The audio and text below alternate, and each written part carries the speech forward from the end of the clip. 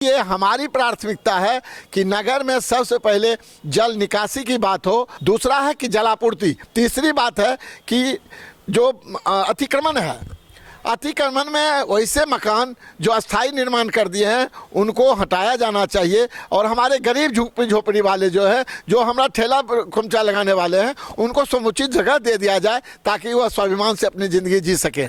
चौथी बात है, शहर का सौंदर्यकरण भी आवश्यक है कि एक बार जैसे आपने पहले बार मौका दिया था, इस बार भी मौका दीजिए और मैं अपने और कामों को भी आपके सामने में ला के दिखा दूँगा कि मैं अभी भी काम करने में बहुत ही सफल और सुदृढ़ हूँ। और सेवा करने के लिए एक पद चाहिए, जैसे कि नगर निकाय में, नगर निगम जब से बना है 2011 से, तब से मुख्य पार्षद, उप मुख्य पार्षद जिनको महापौर उप महापौर भी कहा गया है, वो अपना काम करते आए हैं। जिनको जितनी अपनी समझदारी थी, अच्छा काम किया है, मैं किन्हीं पर कोई आरोप नहीं लगाऊंगा, लेकिन हम चाहते हैं कि और उससे बेहतर काम हो, जो शेष काम बचे हुए हैं उसको पूरा किया जाए और हमारा जो अनुभव है 11 साल का, उसका उपयोग किया जाए। हमारा ये कोई उद्देश्य नहीं था कि नगर निगम नहीं बने, नगर निगम बने, लेकिन जिसको लेना चाहिए, जिस क्षेत्र को लेना चाहिए, अभी भी पुनर्गठन की बात हो रही थी। हम चाह रहे थे जो हमारे वैसे अर्ध विकसित जगह हैं, पंचायत हैं या जो गांव हैं, उनको लिया जाना चाहिए, लेकिन अभी वर्तमान स्थिति से हम अवगत नहीं हैं।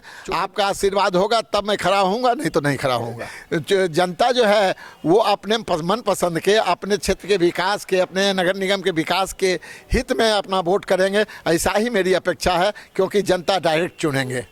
मेरे पिताजी स्वतंत्रता सेनानी थे, मैं यहाँ के जनता पर डिप्यूटेड हूँ, तो उनका हमको जो भी काम करना होगा उस काम के लिए हम तत्पर रहेंगे। सदियों की बुझी राख सुगबुगा उठी, मिट्टी सोने का ताज पहन इठलाती है, दो राह समय का रथ का घर घर नाच सुनो, सिंहासन खाली करो कि जनता आती है, सिंहासन खाली करो कि जनता आती है।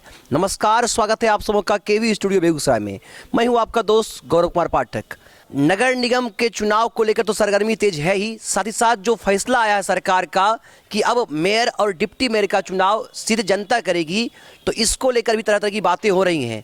और आज इस मुद्दे पर हम बात करने के लिए आए हैं होटल जेम्स, और हमारे साथ आप देख सकते हैं कि बेगूसराय के एक बहुत बड़े सामाजिक कार्यकर्ता, राजनीति से भी अभिरुचि रखने वाले, साथ ही साथ हर सामाजिक गतिविधि में इनका पूरा परिवार हमेशा तत्पर रहता है। जी हाँ, हम बात कर रहे हैं जवाहरलाल भारद्वाज जी का। मैं बता दूं कि जब बेगूसराय नगर परिषद हुआ करता था तो उप मुख्य पार्षद के रूप में भी बेहतर काम किए थे, और अब इस बार फिर से इन्होंने नगर निगम की जनता की सेवा के लिए डिप्टी मेयर के पद के लिए अपनी दावेदारी पेश की है। तो हम इनसे जानेंगे कि इनका क्या मुद्दा है और क्यों फिर से ये नगर निगम के चुनाव में अपनी दावेदारी पेश कर रहे हैं। सर, बहुत बहुत धन्यवाद सर आपका, और नववर्ष की शुभकामनाएं भी। हम शुरुआत करेंगे सर कि आपने जब बेगूसराय नगर निगम नगर परिषद हुआ करता था, उप मुख्य पार्षद के रूप में सेवा की जनता की, डिप्टी मेयर का चुनाव लड़ने का मूड बना है, ऐसा क्यों? सबसे पहले केवी स्टूडियो को धन्यवाद, गौरव पाठक जी को धन्यवाद कि समाज में जिसकी चर्चा होना चाहिए, समाज को आईना दिखाना चाहिए, जो अच्छी और ख़राब बातें हैं समाज को जानकारी मिलना चाहिए, उसके लिए आप रात दिन प्रयास करते हैं, उसके लिए बहुत बहुत धन्यवाद। केवी स्टूडियो के हमारे परम प्रिय डॉक्टर साहब रोशन बाबू को धन्यवाद, हमारे जो कैमरामैन हैं उनको धन्यवाद, और हमारे आम आवाम जितने हमारे बेगूसराय नगर निगम बेगूसराय ज़िला के जितने भी जनता हैं उनको भी धन्यवाद। एक प्रचलन चल गया कि लोग नए वर्ष की शुभकामना देते हैं, तो मैं उसके साथ एक चीज़ जोड़ कर बोलता हूं कि अंग्रेजी नए वर्ष की शुभकामना। वैसे हमारा नया वर्ष चैत्र में शुरू होता है। चलिए, भूमिका हो गई, अब आगे बात करते हैं। मैं शाहपुर पंचायत में था, 2001 में निर्विरोध पैक्स अध्यक्ष हुआ। 2002 के चुनाव में नगर परिषद में हमने चुनाव लड़ा और हमने जीता, हमारी जनता ने हमको उस पद पर पहुंचाया। 2007 के चुनाव में पुनः जनता के मांग पर हमने नगर परिषद का चुनाव लड़ा, और नगर परिषद के नगर पार्षद होने के बाद उप मुख्य पार्षद के चुनाव में भी मुझे हमारे पार्षदों ने हमें सहयोग कर हमको उस पद पर ले गया। मैं अपने कार्यकाल में थोड़ा सा कड़ा किस्म का आदमी माना जाता था। मेरे यहाँ जब भ्रष्टाचार हुई थी मेरे नगर निगम में, तो उसके इंक्वायरी के लिए मुझे संयोजक बनाया गया था और मैंने 356 पेज का एक एफआईआर किया था, जिसमें बहुत सारे भ्रष्ट लोग जेल भी गए थे। और इस बात से हमारे नगर निगम में, हमारे नगर परिषद में बहुत सुधार हुआ था। लेकिन बाद के दिनों में कुछ स्थिति बदलने लगी। हमारे जो प्रमुख हुआ करते थे उनके साथ भी समस्या थी, लेकिन उस समस्या का हम जिक्र नहीं करना चाहेंगे। हम सिर्फ यही कहना चाहेंगे कि हम जो इस बार चुनाव लड़ना चाहते हैं, हम अब हमारे पास जो भी व्यवसाय हैं या जो भी काम है, हमारे बच्चे संभाल रहे हैं। मेरे पास और कोई काम नहीं है। मैं पहले भी बच्चों से अनुमति लेकर और उनसे उनके सुझाव को मानते हुए हम अपने जनसेवा में लगा रहा, और यहाँ ही नहीं, हम दूसरे जगह जाके भी जनसेवा किया है। मैं एक उदाहरण देना चाहूँगा गौरव बाबू, कि जब हमारे बड़े बेटा ने कहा कि हम जयमंगलागढ़ में हम दलितों का हम भोज करना चाहते हैं, और उन्होंने वहाँ के बहुत सारे दलितों का, हमको लगता है कि 5-6 हज़ार दलित भोजन किए। और जब पत्ता उठाने की बात हुई तो मैं 100 परिवार उठाने लगा, तो लोग मजाक किए कि आप दलित का पत्ता उठाते हैं। हम कहे कि आपको समझदारी का अफसोस है, हम लोग पूर्वज में एक ही थे। दलित जो हैं वो दलित काम करने लगे। हम दूसरी बात कहना चाहेंगे, आज हम चुनाव के परिप्रेक्ष्य से अलग हट के कहना चाहेंगे कि राजा का भी बच्चा पैदा लेता था तो उसको प्रसव कराने वाले चमैन होती थी। पहले माँ के गर्भ से निकलने के बाद चमैन के हाथ में बच्चा जाता था। और जब हमारी शादी, हिंदू के शादी में जब डाला बन के जाता है, उस डाला को हमारे मलिक समाज बनाते हैं, उसको धोया नहीं जाता है, हम अपने सिरा पर उसको चढ़ाते हैं। हमारे मलिक उससे ही महत्वपूर्ण हैं। हमारे माली समाज हमारा मौर बनाते हैं, हम धो के उसको नहीं सिरा पर चढ़ाते हैं, हम उसको भी बिना धोए चढ़ाते हैं। इसलिए हमारे लिए न अगड़ा है न पिछड़ा है, सब समान है।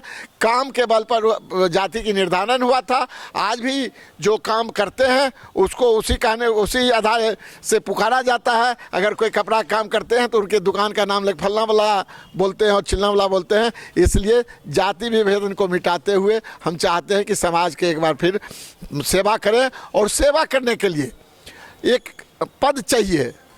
जैसे कि नगर निकाय में, नगर निगम जब से बना है 2011 से, तब से मुख्य पार्षद, उप मुख्य पार्षद, जिनको महापौर उप महापौर भी कहा गया है, वो अपना काम करते आए हैं। जिनको जितनी अपनी समझदारी थी, अच्छा काम किया है। मैं किन्हीं पर कोई आरोप नहीं लगाऊंगा, लेकिन हम चाहते हैं कि और उससे बेहतर काम हो। जो शेष काम बचे हुए हैं उसको पूरा किया जाए, और हमारा जो अनुभव है 11 साल का, उसका उपयोग किया जाए।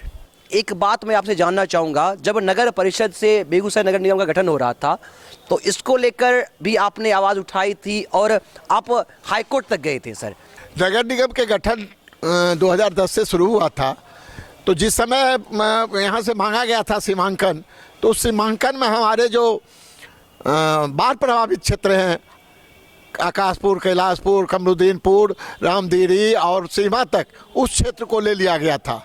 हमने उसका विरोध किया था कि उनको नहीं लिया जाए, चूँकि उस समय पंचायत के लोगों को ज़्यादा सुविधा मिलती थी शहर के लोगों से, और शहर में आने के बाद 2% एक्स्ट्रा उनको रजिस्ट्री खर्चा लगेगा, उनको आवास नहीं मिलेगा, और उनको घर बनाने के लिए भी परमिशन लेना पड़ेगा। घर में अगर कोई सुधार करना चाहते हैं तो उसके लिए भी उनको अनुमति लेना होगा। इसलिए हम चाहते थे कि दियारा के क्षेत्र को नहीं लेके हमारे पड़ोस के लोग जो हैं, अयोध्याबाड़ी हो गए, रजौरा हो गए, पचम्बा हो गए, लाखों हो गए, इन लोगों को लिया जाए। और इस बात को नहीं लिए जाने के कारण हम इसके विरुद्ध हाईकोर्ट गए थे।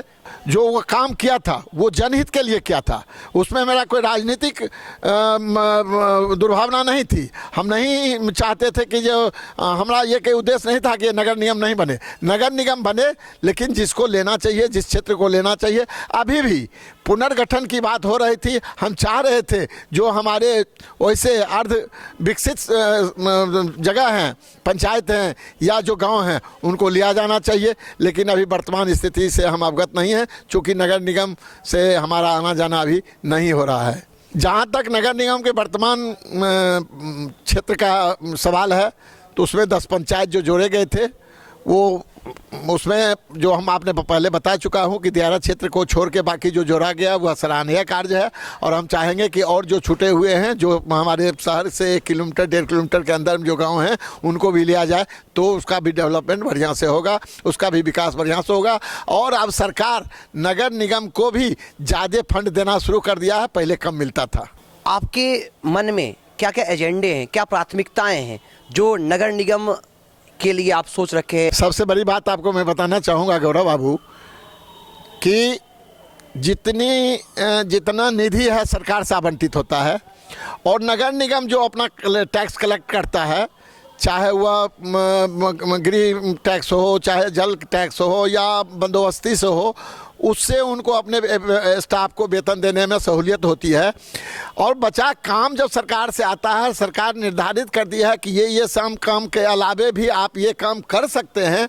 उसके लिए हमारी प्राथमिकता है कि नगर में सबसे पहले जल निकासी की बात हो। और मैंने उस बार रखा था प्रस्ताव कि शहर के जल निकासी के लिए अभी सभी बरसात के समय में हमारा समूचा आधा शहर जलमग्न हो जाता है, इसलिए सड़क के किनारे नहर बना के रजौरा में जो सोती है उससे कनेक्शन कर दिया जाए, वहाँ ट्रीटमेंट प्लांट लग जाए और वह पानी गंडक में चला जाएगा। और कम जिस समय बारिश नहीं होती है उस समय किसानों को जल सिंचाई में सुविधा होगी। दूसरा है कि जलापूर्ति के लिए काम हो रहा है, लेकिन जिस हिसाब से होना चाहिए, जलापूर्ति पहले भी शहर में होता था लेकिन स्वच्छ जल लोगों को नहीं मिलता था। आयरन रिमूवल प्लांट लगने के बाद भी उसका उपयोग नहीं होता था, उसका समन्वय के इस्तेमाल होना चाहिए। तीसरी बात है कि जो अतिक्रमण है, अतिक्रमण में वैसे मकान जो अस्थायी निर्माण कर दिए हैं उनको हटाया जाना चाहिए। और हमारे गरीब झोपड़ी वाले जो है, जो हमारा ठेला खुमचा लगाने वाले हैं, उनको समुचित जगह दे दिया जाए ताकि वह स्वाभिमान से अपनी ज़िंदगी जी सकें। चौथी बात है कि शहर कहीं भी जाते हैं, हम कहीं भी जाते हैं तो अपना मुंह 3 बार पोंछते हैं, 3 बार कपड़ा देखते हैं। और शहर का अगर समुचित सौंदर्यकरण नहीं होता है तो आने जाने वाले दूसरे प्रदेश के लोग को लगता है कि यहाँ का आदमी बहुत जागरूक नहीं है। इसलिए शहर का सौंदर्यकरण भी आवश्यक है, जो उसमें पार्क होना आवश्यक है और बहुत सारी बातें हैं। शहर में जाम लगता है, उसके लिए फ्लाईओवर बनना चाहिए और पार्किंग होना चाहिए। मैंने पार्किंग के लिए व्यवस्था किया था, जितेंद्र सर ने हमारे साथ किया था, मैंने 5 जगह चिन्हित किया था पार्किंग के लिए, लेकिन उसका उपयोग नहीं किया जा सका। एक और कमी है नगर निगम में, हमने प्रस्ताव दिया था नगर निगम को, एक अपना गाड़ी रखिए, आप अपना 6 सिक्योरिटी रखिए जो रोज़ सड़क पर घूमे और अनऑथराइज रूप से जहाँ तहाँ इधर उधर जो कुछ व्यवस्था है उसको ठीक। सबसे बड़ी बात है कि हम उनसे मिल के अपनी बात को उनको रख के और उनके साथ अगर हम अपनी बात रखेंगे तो वह भी इसके नागरिक हैं, वही सबसे असली मालिक हैं। मैं तो अपने जनता जनार्दन से, अपनी माताएं बहनें से या भाई जितने भी हैं उनको कहेंगे कि इस बार जो चुनाव हो उस चुनाव को जातिगत नहीं रखिए, धर्म पर नहीं रखिए।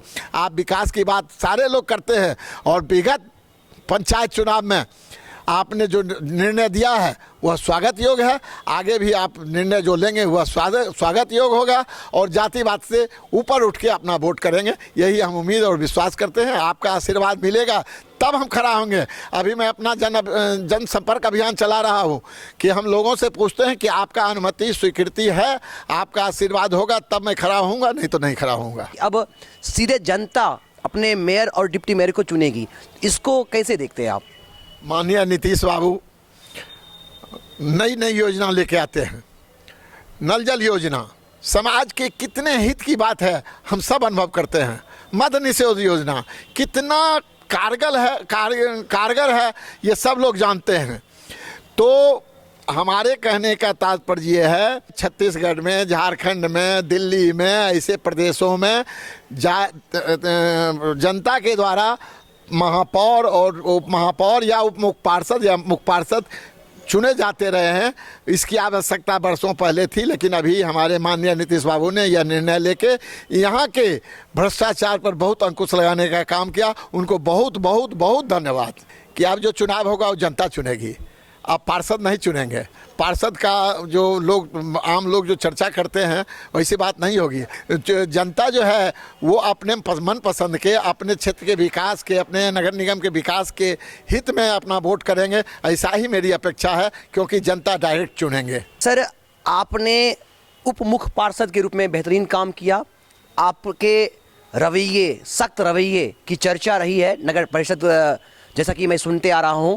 और इस बार नगर निगम में उप मेयर के लिए आपने अपनी दावेदारी दी है, तो जनता जो यहाँ से आपको देख रही होगी, चूंकि नगर परिषद नहीं अब नगर निगम हो गया है, तो नगर निगम की जनता से क्या अपील करेंगे? आपको एक चीज़ और बता दूं गौरव बाबू, डिप्टी मेयर का बहुत महत्वपूर्ण रोल नहीं होता है, लेकिन जब मैं पुष्पा शर्मा जी के साथ था, वो हमारी मुख्य पार्षद थी, मैं उप मुख्य पार्षद था, तो मैंने वहाँ एहसास दिलाया कि मुख्य पार्षद भी महत्वपूर्ण हो सकते हैं।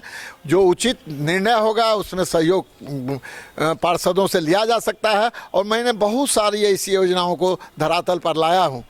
और मैं कहना चाहूँगा अपने जनता जनार्दन से, हमारे मालिक आजकल जो महत्वपूर्ण पार्ट हो गया है, सबसे ज़्यादा तो आप महत्वपूर्ण हो गए हैं, चैनल हो गए या सोशल मीडिया हो गए या और जो भी हैं। अब हमारे युवकों के हाथ में अब निर्णय है, हमारी माताओं बहनों के हाथ में निर्णय है, वो जिसको अच्छा चुनेंगे, अच्छा समझेंगे, उसे चुनेंगे। और हम आश्वासन देना चाहेंगे अपने नगर निकाय के, अपने नगर निगम के क्षेत्र के लोगों को कि एक बार जैसे आपने पहली बार मौका दिया था, इस बार भी मौका दीजिए, और मैं अपने और कामों को भी आपके सामने में ला के दिखा दूंगा कि मैं अभी भी काम करने में बहुत ही सफल और सुदृढ़ हूँ। आज भारद्वाज परिवार को हर कोई जानता है।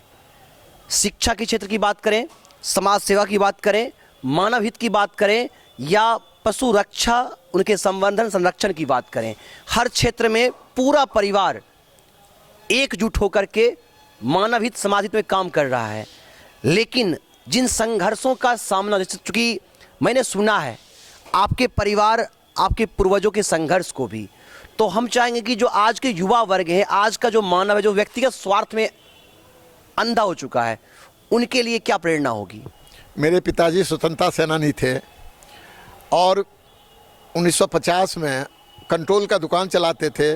मेरी मामा ने कहा था कि बनारसी बाबू के लिए 2 गंजी का कपड़ा एक्स्ट्रा दे देना। मेरे पिताजी ने कहा कि नहीं, जितना उनका शेयर था दे दिया, उससे ज़्यादा नहीं दूंगा। इससे मेरी मामा थोड़ा नाखुश हुई और मेरे पिताजी व्यवसाय करने के लिए 1956 में बेगूसराय चले आए।